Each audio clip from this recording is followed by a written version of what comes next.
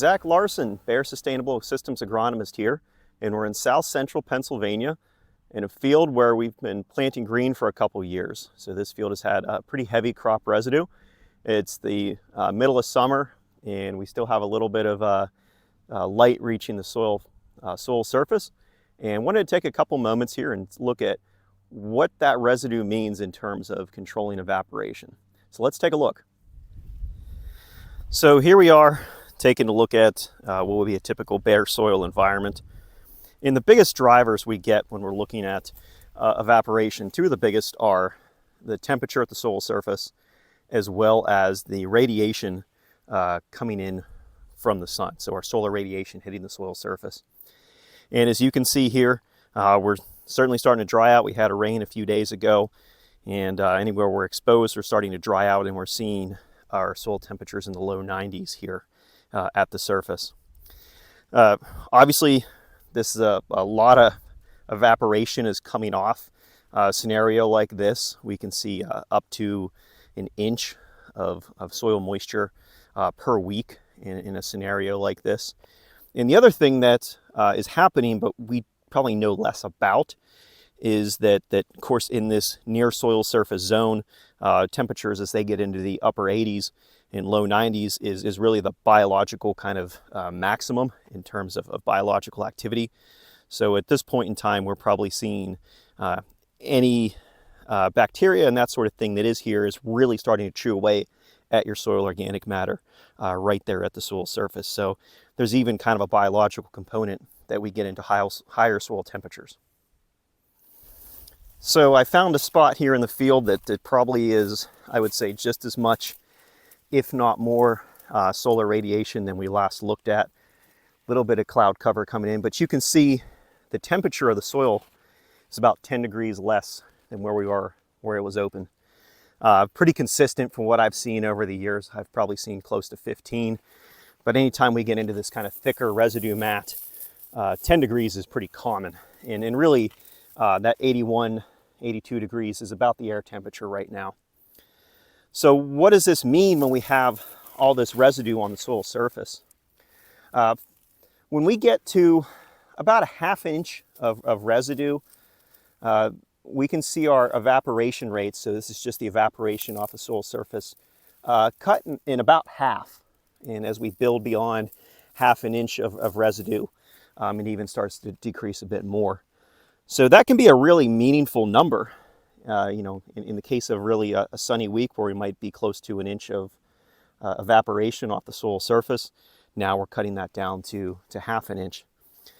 So really kind of a meaningful number there. And as I was kind of talking a little bit about before, our biological activity that's in terms of our soil microbes kind of chewing away at that organic matter is going to be a little bit lower here. So we, in theory, should be losing a little bit less carbon from the soil at the surface. Now we pull this back, we can certainly see we have a lot more moisture here than we did at the previous spot.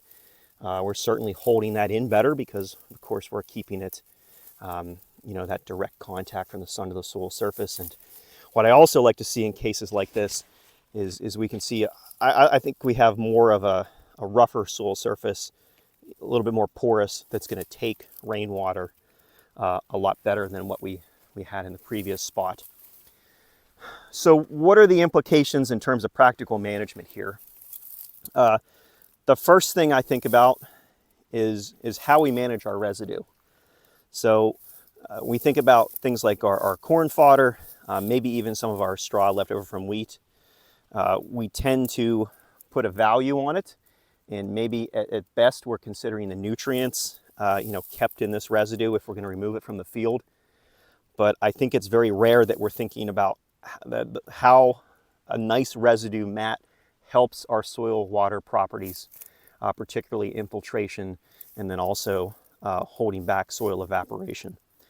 So, from a management perspective, I think you need to put more thought into what this thick amount of residue really means in terms of what it can do in terms of helping you get water in the ground or saving water for these hot days where we really have the sun beating down at the soil surface. So really big advantage there from having all this extra residue here.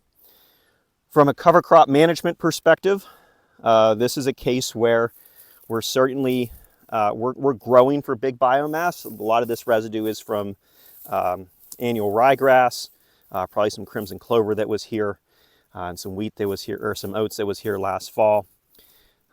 This is being managed this way. In terms of benefits, we certainly get things in terms of weed control, but also, again, this is a great way to improve our soil water properties. A